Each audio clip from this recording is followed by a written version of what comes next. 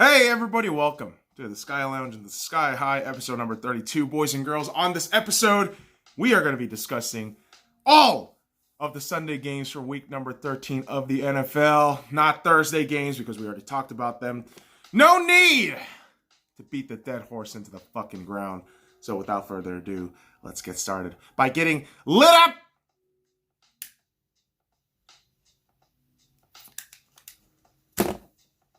You know who got lit up? The Philadelphia Eagles. You know, Dallas loses on Thursday at home in Dallas against the Buffalo Bills. And Philadelphia absolutely had their chance to solidify themselves in the NFC East lead. What do they do, though? What do? They take on the Miami Dolphins in Miami and lose 31-37. And I genuinely believe this was going to be a stat pad day for Carson Wentz. Nope. Not at all. Miami even ran that fucking trick play that Chuck Pagano has been infamous for with his tenure in the Indianapolis Colts. Fucking punter just basketball lob passes right to a fucking receiver in the end zone for a touchdown. And that really highlighted Philadelphia's day. They were awful all around. And I don't know what it is, man. This team lost the confidence. This team lost the swagger. And despite all of that, despite me saying all of that, they still have a very viable chance, the Eagles. They have a very viable chance of making it to the playoffs as division leaders, being 8-8 if the Cowboys shit the bed for the next few weeks. So for the Eagles, it's a lot of ifs. It's a lot of fucking ifs to get to the playoffs, but Jesus fucking Christ. Shit the bed. Now, speaking of tight races and shitting the bed, we got to talk about the Cleveland Browns. The Cleveland Browns went to Heinz Field against Pittsburgh Steelers and lost 13-20. Irritating, because I actually like the Cleveland Browns, and I wish they did well. It started off really well in that first quarter. Jarvis Landry with that insane, a la Julio Jones in Super Bowl 51 catch. I thought it was going to really point out how good, the Browns are actually going to be. But lo and behold, you get in the end zone, can't score shit. You barely score shit. And Baker just 2 major turnovers on the day. Not a great look, especially that last interception was on the final drive with the score 13-20, 1 possession game, minute and 45 seconds left. But I know the easy thing to do with this game is to, shit on Baker Mayfield. But I'm also looking at that defense in the secondary and thinking, you really let these scrub-ass receivers and running backs just pound through yards like it was nothing, really, Cleveland? Like, really? You were fucking predicated on good defense, yet, you can't just pinpoint Myles Garrett and say, oh, this is our own lone weapon. You have pieces on there. How does Denzel Ward not look like the fucking Pro Bowler he did last year? He looks fucking awful. He's getting burnt by goddamn Duck Hodges. And I admit, when they face the Browns, I get a little irritated. I'm like, fuck the Steelers. I don't want them to fucking win. But I will say right now, Devlin Hodges, Duck Hodges, miles better than Mason Rudolph. And at this point, way better than Ben Roethlisberger. Okay? But he's a Hall of Famer. Right now, he's an injured old man who has a history of rape. So the Steelers grab a win, and they solidify themselves at the second spot in the AFC wildcard. Crazy. It's crazy how much they've come up. But I still see this team as a very unreliable, down the line, probably choke themselves out of a playoff spot. Just because, that's what Mike Tomlin does. Ill-prepared, arrogant fuck who relies on talent to bail him out. Sorry, kids. I don't like the Steelers. I'm not really going to defend them at this point. All I can really say is, shout out to my boy Nick Vannett. Not getting big yards and shit, but I shout out to my boy Nick Vannett anyways. Shout out. But the Browns have dug themselves into a hole. They did. They can potentially fix themselves up to a wild card spot, but it's going to be an uphill climb. A lot of difficult matches, relatively speaking, to the competition. Yeah, I mean, Arizona, Baltimore, Cincy, who I don't even know why they're fucking trying to win now, but we'll talk about that game in a bit. But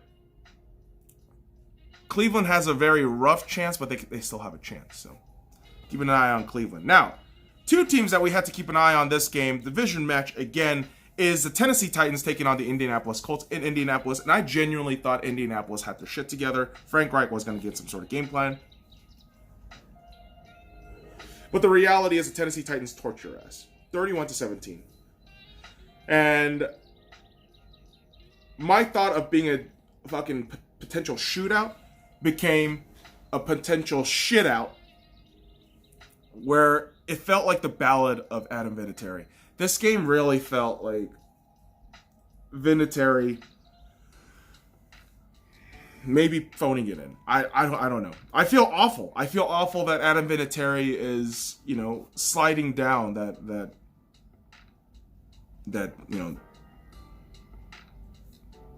mark. Jesus, I can't even fucking talk right now. Because your brain is being overrun by marijuana. Shut the fuck up. I actually, funny enough, promised myself that, starting December until I go to Dallas, I'm not going to smoke any weed. I'm not going to drink any alcohol. But here we are. But not drinking yet, so that's still a plus. However, what isn't a plus is the Indianapolis Colts are now fucked. They are fucked. The way they've been losing, the teams they've been losing to, and where they've been losing at home, it's not a great sign. It's not a great look. And as for the Tennessee Titans, way to come back from the dead. I have to admit, I was wrong. I kept saying for the longest time that the Titans were the worst team in the AFC South, but they have risen from the dead. Somehow, some way, they're here, right with Ryan Tannehill. Ryan fucking Tannehill, of all people. Was he bad or was he just under Adam Gase? We don't know. We don't really know the answer right now. I certainly don't. But the Tennessee Titans are in the hunt. That's some real shit. So kudos. Kudos, man. Isn't it wild? The wild cards. That's why they call it the wild cards. It's wild. Just like the next game. The game that was hyped up all week. You know what I'm talking about. The San Francisco 49ers versus the Baltimore Ravens. So San Fran comes in to Baltimore. And everybody and their fucking mothers. Oh, is this a potential Super Bowl preview? Oh boy, I can't wait to see. This looked more like a team that was, as for the 49ers perspective, this looked more like a team that was probably going to get their asses kicked in the second or first round of the fucking playoffs. Meaning wild card or fucking divisional round. That's right. With this loss, the 49ers could potentially be second in the NFC West if the Seattle Seahawks win today against the Minnesota Vikings. Because the 49ers, as good as they are, I mean, I've seen it personally, as good as they are, they're not there yet. They're not there yet. They're not there to that point of Super Bowl contention because I will argue all day, every day, all the fucking flaws they got on their squad. Let's start with your head coach, Kyle Shanahan. Kyle Shanahan is the same arrogant fuck who kept passing with Matt Ryan in around the fourth quarter of the Super Bowl. Just kept passing. Just kept passing. Nothing working. Kept passing. Arrogant fuck. Who probably got into it with Dan Quinn a lot. Not really surprising. Also, what's not surprising is how Jimmy GQ is a bang average quarterback getting paid top tier dollars. Yeah. Dude's not bad. Dude's a good quarterback. He's not great. That O-line can be fickle at times if you just generate enough pass rush. Your receivers, although not bad, they're not world beaters. All right, cool. Emmanuel Sanders, Deebo Samuels, a lot of those cats, not bad. But all right, I mean, you need the quarterback, you need the engine to keep running and get you at it. And I know the talk is George Kittle, and I rate him highly too. George Kittle is fantastic. He can block, he can catch, he can run. Dude can do it all. He can. But tight ends aren't the only thing that makes the offense, right? As for the San Francisco defense, it feels like a mobile quarterback can really dissect that team up. And we've seen it with Russell Wilson. We've seen it potentially with Kyler Murray. And we have seen it flat out with Lamar Jackson. And here's the thing. I've already conceded the MVP race to Lamar Jackson as a Seattle Seahawks fan. I'm a Seahawks fan, of course. And I want Russell Wilson to win the MVP. That'd be amazing. But to every stat nerd's credit, to every motherfucking analytics nerds out there, I give y'all kudos because holy shit, beyond the numbers, Lamar Jackson's just incredible. He can pass, he can run, I mean, he can block at times. The speed on this kid is insane. And John Harbaugh has unleashed a monster in the NFL. And, you know, I still question in the playoffs, is it a viable thing? Will Lamar be able to play that out? I don't know. I don't know. I don't have the answer to that. But I could definitely see the Ravens making a deep playoff run. That'd be pretty incredible to watch. But,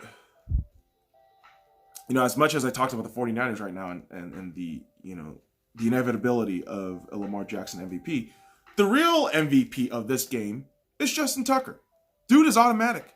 Yeah, he may have some misses from time to time. Rarely. But, wow. I mean, what a fucking stone cold killer. Dude is just fantastic. And it's a huge testament to the special teams for the Ravens. And, man, oh man. I'm saying at least AFC Championship for them. I kind of see them as the AFC version of the Seahawks. And, you know, a bird war in the Super Bowl would be fantastic to watch. That's what I personally want. But we'll see. We'll see what happens. And we didn't need to see what the fuck happened in this next game to realize what was going to happen. The Green Bay Packers taking on the New York Giants in a snowy New Jersey. Oh, no.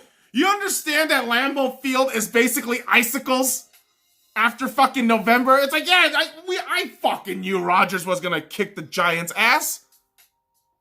And he did it in style. I mean, defense, too. 31-13. Like, what was the fucking tension coming into this game? Oh, Rodgers had a bad game. Now he's going on the road. Can he win again? Against a sub-500 team that's barely hanging on to the fucking, you know, the goddamn respirator. Like, really? You think the Giants are going to have any fucking fight in them? Come on. Come on, man. And listen, Daniel Jones isn't terrible. He's a rookie. He's going to make mistakes. He's going to do bad things.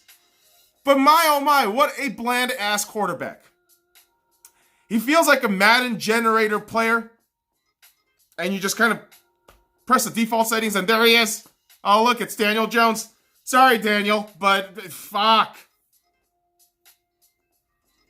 Maybe next year you'll prove me wrong. I don't know, man. You're a goddamn Dookie. I don't really know. It's not that I hate Duke. It just, you know, they have, you know, hoity-toity reputation. I'm not crazy about that. But for the Packers, I mean, listen, you dodged a bullet. I mean, a couple of bad runs really potentially could have cost you there with that NFC North lead. But here you are, having a nice little lead and waiting patiently for Monday Night Football and ironically cheering the Seattle Seahawks to beat the Minnesota Vikings so that you can solidify yourselves as a couple games, you know, disparaging to lead the NFC North. And why do I stutter here, boys and girls? Well, because sometimes I forget the lyrics to my script, which aren't technically lyrics, but sometimes you call them lyrics for fuck's sakes, because it's words, right? But words can't really describe how odd Washington winning a game is. That's right, the Washington fucking Redskins beat the Carolina Panthers 29-21 in Carolina. And, you know, it's crazy. I thought, okay, cool. Carolina should have this. This should be a good Kyle Allen day. But no. It was actually a terrible Kyle Allen day. And week number 13 of the NFL is really weird. In total, 4 onside kicks worked. 3 by Koo Young-ho, Korean extraordinaire, and Atlanta Falcons dying in Atlanta because it's a terrible fucking team. And this 4th one comes from this game. The Carolina Panthers punter. Onside kick actually works. Carolina starts mowing through, down 8 points, 29-21. And then 4th and goal. Kyle Allen fumbles the ball. Why didn't you just hand the ball to CMC? CMC is basically getting screwed out of MVP talks because of his team's ineptitude. See my hand going away? Yeah. That's CMC's chances of MVP. That's really sad. Really sad. And I consistently have said this. The coach of the Carolina Panthers isn't all that good. He sucks. The fact that people rate him it's unbelievable. I don't understand it at all. But here we are talking about it like, oh, well, he's not bad. Well, he lost a lot of bad sub 500 teams. He can barely manage fucking games at times. Like, Jesus, fuck. You know, people just protecting bad coaches. It's always a kick. I always get a kick out of it. I do. Much like kickers, I get a kick out of things. Like how the New York Jets still have Adam Gase as a fucking head coach. Like the Jets fans fucking fooled themselves into thinking that they were on a good run. Sam Darnold looked great against the Oakland Raiders. Who we will talk about later. Fucking plus 10 Raiders. I'm gonna get on that shit real quick here. But the Jets butt fumbled themselves into a fucking loss against a winless team. Okay. 22-6. Yeah, that's right. The Cincinnati Bengals actually won today. Well, yesterday. So Sunday. Today's Monday. And I'm getting fucking shock PTSD shit and thinking that it was today. That I hope it never happened, this game. But it did. The Red Menace, Andy Dalton comes out. Pia, pia, pia, pia, pia. And Sam Darnold starts seeing ghosts again.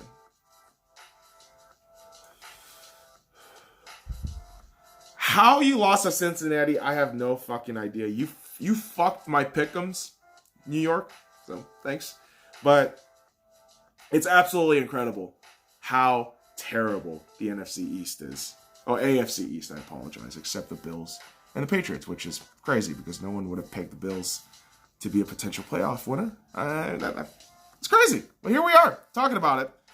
And a winless Cincinnati team getting their first win. Which, Jesus, dude. And we're going to need a huge drag out of this. Talk about the next game. Oh, the Tampa Bay Buccaneers beat the Jacksonville Jaguars 28-11. Oh my God, just talking about it, I'm already yawning. In the weekly episode of the Battle of the Irrelevance, here we are, in Jacksonville, starting Nick Foles, who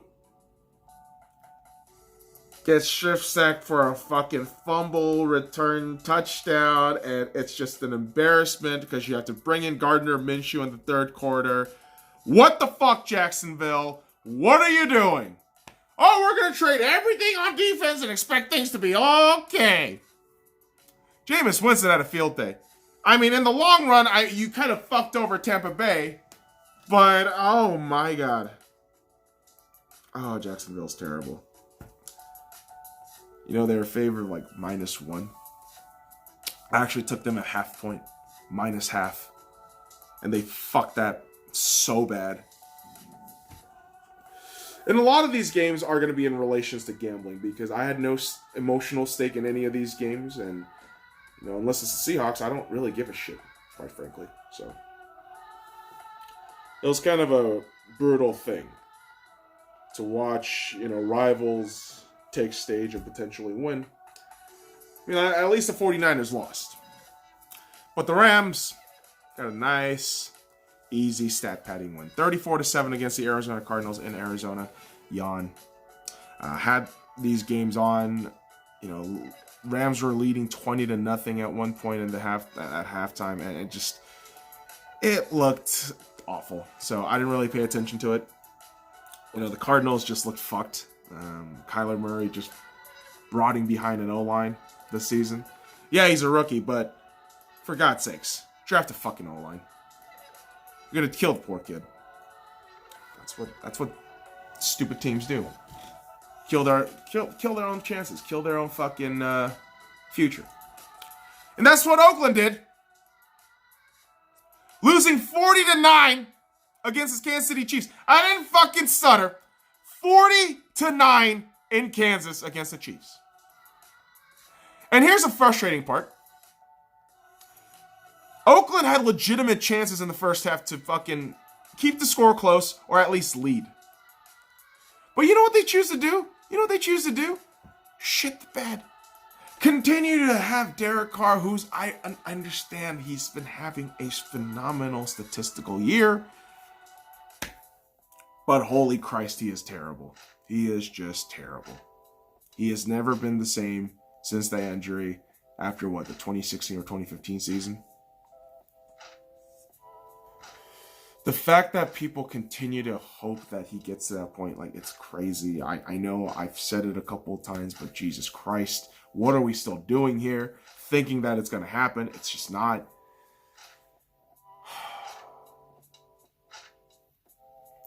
The Oakland Raiders are sinking with Josh Jacobs. That's the state the Raiders are in. Congrats. That's great. It's great. But here we are, guys. Chiefs with another win. The media going crazy about Mahomes doing anything. Oh, Mahomes patted his teammate on the back. What a guy! Oh, Lamar Jackson ran for 2 yards. Oh, yeah. Like, all right, media. I get it.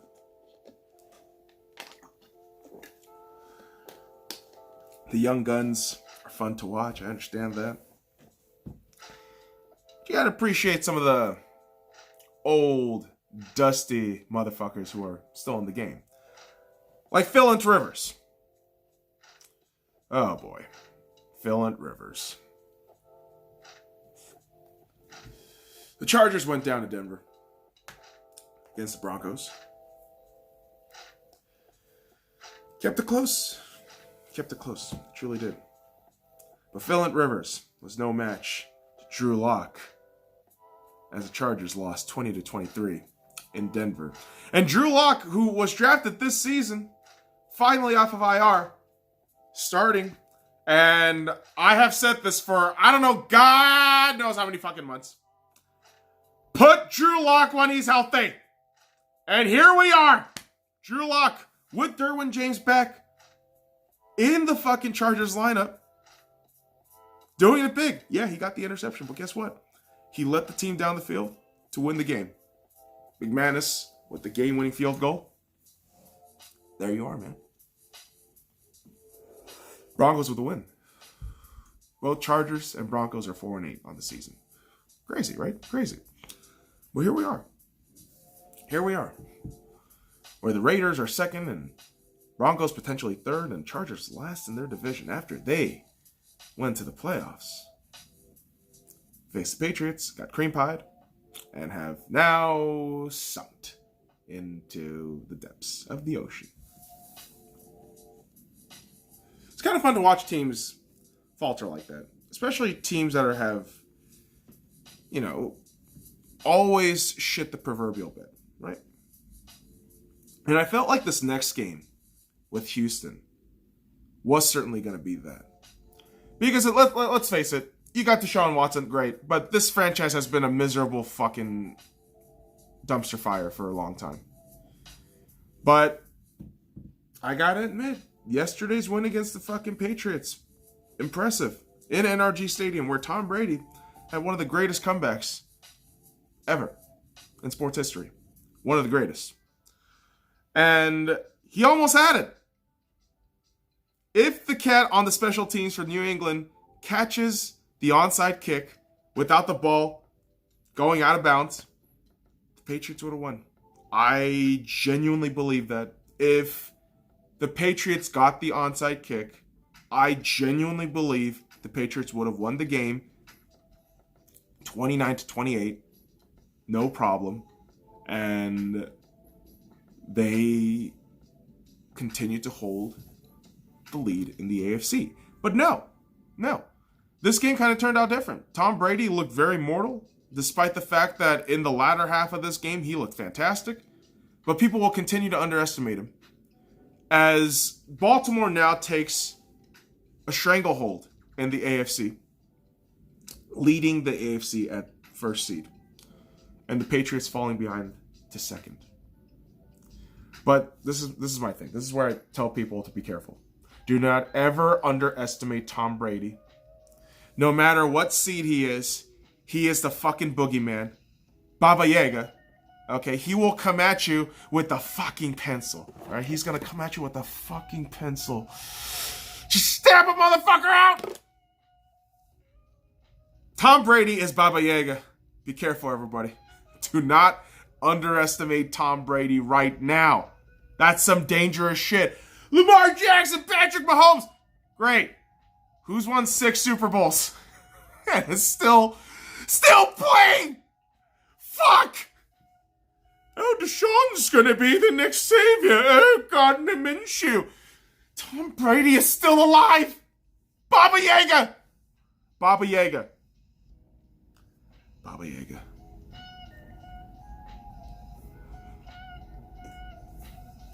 Oh, God. It's terrifying, man. It's terrifying. Like, Baba Yaga being down 21-3 at NRG Stadium in the third quarter was not really all that shocking to me. I figured, okay, cool. They'll probably still get it. And they almost did. I swear to God, man, Tom Brady's terrifying. Like, Tom Brady is genuinely terrifying. I do not understand the guy at all. I have nothing but admiration and respect for him, but I don't understand how, like, this guy is this old and just a fucking Terminator. He just does it all. Fucking Christ, dude. But hey, man, that's all of Sunday's action. There you go. But we got Monday Night Football coming up, boys and girls. We do. My Seattle Seahawks will be taking on the Minnesota Vikings. And no, this is not why I put the Lakers jersey on, the purple and gold. That's not to rep out the Vikings at all. Just my Lakers are pretty good this season, so I wanted to rep these brothers out. But here's the thing. The Seattle Seahawks will be taking on the Minnesota Vikings in CenturyLink Field on Monday Night Football. Jadeveon Clowney is back. Adam Thielen's out for Minnesota Vikings. You know what I think is going to happen? 26-18, Seattle Seahawks win. I don't know what it is, but there is a swagger about this team right now, the Seattle Seahawks. They look dangerous. They look good. I have been very impressed with how they've met with adversities mid-game, outside the game. It's been incredible. It's been incredible. Paying Russell Wilson all that money in the offseason, paying Bobby Wagner that money during the offseason, paid out. I mean, it's paying out right now. And I'm going to write it in Sharpie, boys and girls, on this sheet of paper. Right here. 26-18. Seattle win. And with this potential win. If the Seattle Seahawks win Monday Night Football against the Minnesota Vikings, they will go on top of the NFC. Crazy. They would be first in their division and have a potential bye through the entire playoffs. Imagine playing all those fucking playoff games in CenturyLink Field again. Remind you of a certain season. Ah! I said 14-2. Am I a psychopath for saying numbers like that? Maybe. But I have confidence in this team. I have confidence in this fucking team. And God damn it, man. Maybe we'll grab a win. Boys and girls. Who the hell knows? Well, we'll find out on Monday Night Football. So, that does it for me. Recapping all of NFL week number 13's action except Thursday and Monday. Because today's Monday. Thursday was yesterday. Or many yesterdays. And today, I have no outro. I have no proper outro for this shit. Hey, but here's the thing. Follow me at the SkyLounge on all the links in the description below. Like, comment, subscribe for more daily content. And listen, feel free to share. Share this shit. Press that share button too. Share it to your fucking, annoying ass brother, annoying ass sister, or the coworker that you just want to irritate off work. So, there you go. Now fuck off.